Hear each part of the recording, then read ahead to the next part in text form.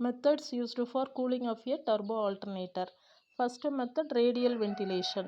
Radial அப்படின்றது cylindrical ஷேப்பில் இருக்கக்கூடிய ரோட்டாரை அதனுடைய சென்டர் பாயிண்டில் இருந்து அதனுடைய அவுட்டர் சர்ஃபேஸுக்கு அந்த ரேடியல் டைரக்ஷனில் ஏர் ஃப்ளோவை அனுப்பி கூல் பண்ணுறது ரேடியல் வென்டிலேஷன்.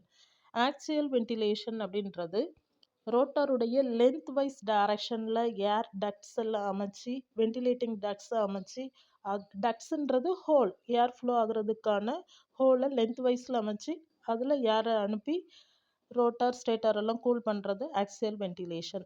ரேடியல் ஆக்சியல்ன்றது ரேடியல் டைரக்ஷனும் ஆக்சியல் டைரக்ஷன்லையும் ஏர் ஃப்ளோ ஆகி ஆல்டர்னேட்டரை கூல் பண்ணுறது radial axial ventilation.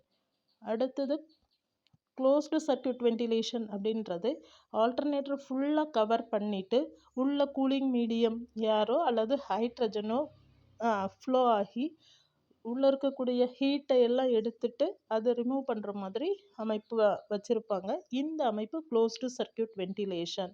Multiple inlet system அப்படின்றது லாங் ரோட்டர், அதாவது லென்த் வைஸில் ரொம்ப லென்த்தியான ரோட்டர் இருக்கக்கூடிய ஆல்டர்னேட்டருக்கு நிறைய இன்லெட் சிஸ்டம் அமைச்சு அது வழியாக ஏரை அனுப்பி கூல் பண்ணுறது மல்டிபிள் இன்லெட் சிஸ்டம்.